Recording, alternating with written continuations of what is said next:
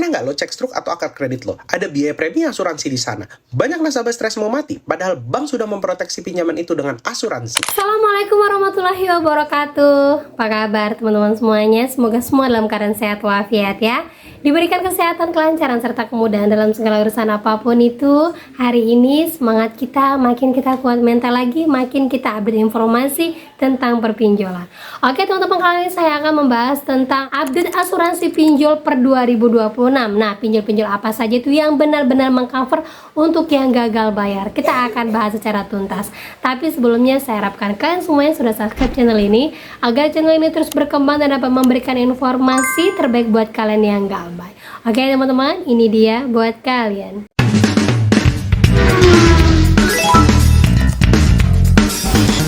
Oke teman-teman, sebelumnya saya bahas dulu ya buat yang rame lagi ditek-tekin untuk yang sebar data di Facebook.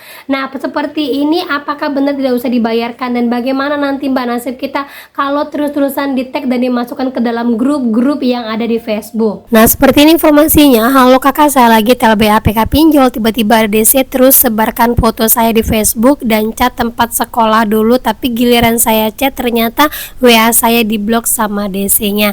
Nah, dia disebutkan dia dimasukkan ke dalam grup yang totalnya ada sekitar 21.000 orang dan dia dibuatkan status seperti ini, tolong buat anak perhatian bagi yang mengenal atau memiliki informasi tentang dia untuk sampaikan ke saya, ada imbalan uang. Informasinya dia disebut maling. Nah, ini banyak yang model seperti ini sekarang di Facebook teman-teman. Nah, itu dia teman-teman ya, ingat saja motonya pinjol, kalau sudah sebar data sama juga dengan lunas. Jangan takut, mau dia apapun itu, mau pinjol apapun itu, saya yakin postingan seperti ini nggak sampai 1 kali 24 jam akan segera dihapus. Karena apa? Yang neror mereka juga banyak, yang galbe dengan komunitas di Facebook itu juga banyak. Yang penting ingat, kalau kalian dapatkan postingan seperti ini, jangan gegabah, langsung jangan menghubungi DC-nya, jangan ketakutan, ancam aja DC-nya dengan UU ITE. Sudah pernah saya bagikan informasi juga yang gencar di TikTok juga sama seperti itu. Sekarang sepertinya di media sosial manapun sudah mulai naik daun untuk gencar sebar data pinjol seperti ini. Dan lanjut lagi teman-teman, seperti yang dialami seorang teman ini, baru aja galbay, tiba-tiba dia buka WA, ada pesan yang mengatakan WA-nya mau disinkronisasikan dengan WA yang lain. Apakah benar HP kita sudah disadap dan WA kita bisa dibaca sama DC-nya? Nah, kita baca informasinya. Ini dari pihak apa ya? Saya punya tunggakan telat dipinjam duit sama UMKM Japo hari ini. Apakah benar dia bisa akses semua kontak yang ada WA ya? Soalnya tadi pas mau buka WA ada bacaan berbagi kode, berarti ada yang mau sadap HP saya. Nah, ini benar sekali teman-teman ya, ada yang coba untuk mengakses HP-nya tapi kemungkinan tidak bisa. Nah, klik UMKM ini saya informasikan lagi naik daun ya, lagi naik daun untuk gencaran keluar kondarnya untuk sadap HP-nya, karena sebelumnya klik UMKM ini lebih bergerak ke UMKM tapi kayaknya belum terlalu berkembang. Dan akhirnya dia sekarang sudah berkembang menjadi pinjaman untuk konsumtif. Nah, sekarang ini kebetulan banyak yang galbay, akhirnya dia kelabakan dan banyak sekali informasi, banyak yang keluar kondar. Ada juga yang berkomen bahwa berbagi kode itu karena mereka mau nyoba login ke WhatsApp lu bang. Itu sebenarnya nggak akan bisa sih, tapi mereka lakuin buat nakut-nakutin aja seakan WA kita bisa disadap.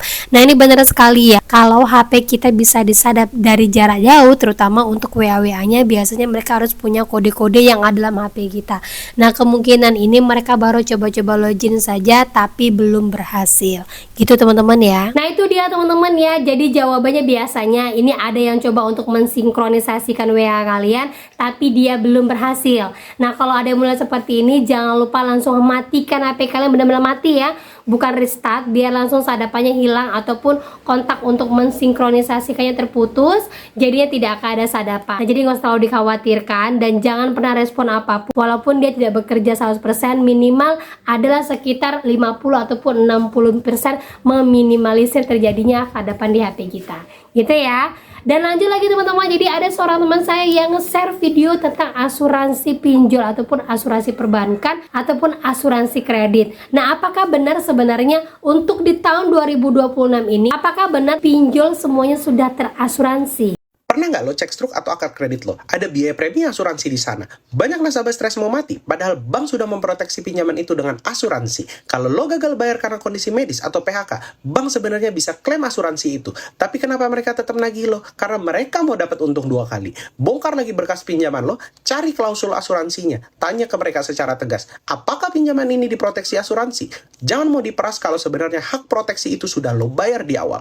Jadilah nasabah yang pinter baca kontrak, jangan cuma pinter tanda tangan.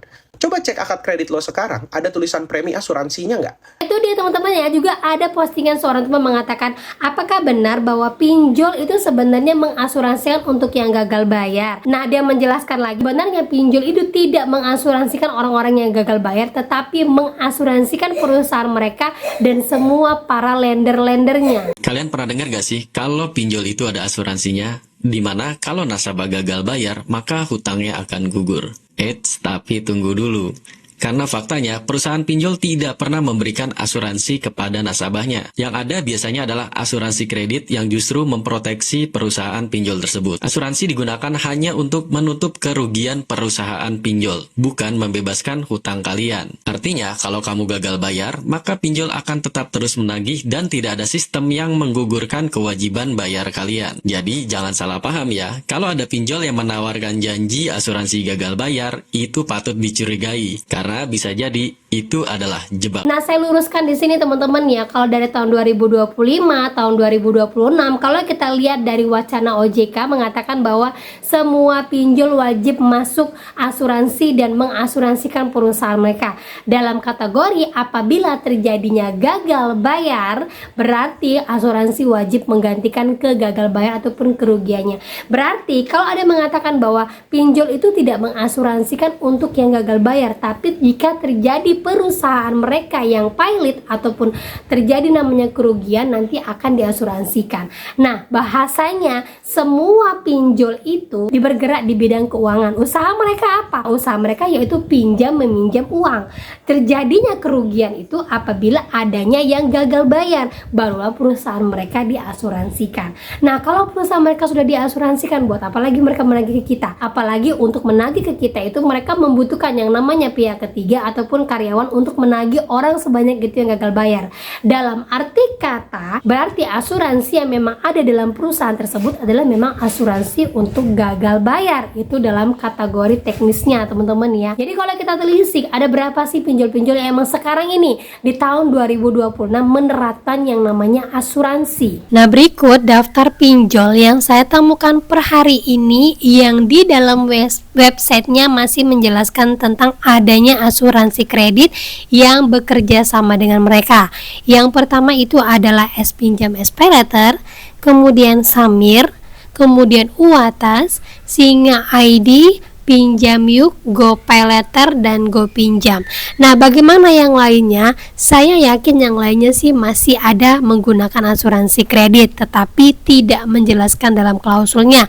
Karena menurut dari OJK per 2026 ini, semua pinjol wajib menggunakan asuransi kredit. Nah, merujuk dari informasi ini mengatakan bahwa OJK menegaskan bahwa asuransi kredit untuk pinjaman online tidak menggantikan tanggung jawab penyelenggara dalam mengelola risiko pembiayaan. POJK nomor 40 tahun 2024 mengatur bahwa asuransi kredit harus menutup sebagian besar risiko gagal bayar dan tetap memperhatikan prinsip asuransi yang sehat. Perusahaan asuransi yang menawarkan produk asuransi kredit untuk pinjaman online harus memenuhi berbagai ketentuan POJK terkait, termasuk pemantauan kinerja dan pelaporan kepada OJK.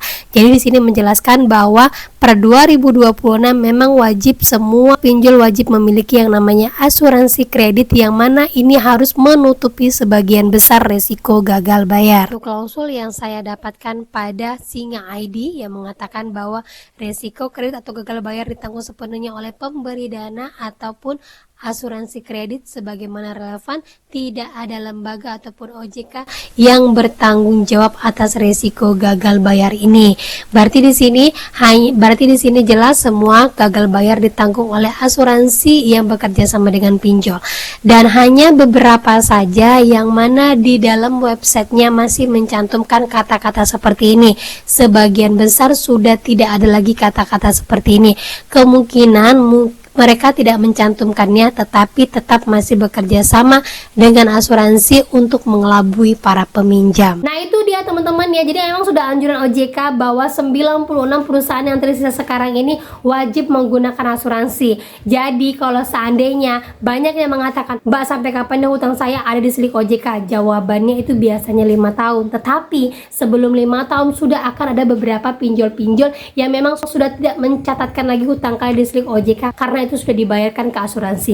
Kadang juga ada dalam kondisinya yang memang sudah dialihkan ke asuransi. Jadi buat apa dibayarkan? Sekalipun dia mau mengenagi kepada kalian, biasanya pinjol ini mau mengambil 2 kali keuntungan. Jadi buat teman-teman semuanya yang masih gagal bayar saat ini, belum bisa bayar nih ya, gak usah khawatir, sebenarnya memang sudah ada asuransi itu yang dipersiapkan. Cuman kadang-kadang perusahaan ini sulit untuk mencairkan asuransi karena membutuhkan ABCD sehingga kalian masih ditagih. Tetapi patokan kita adalah kalian cek aja dalam silik OJK.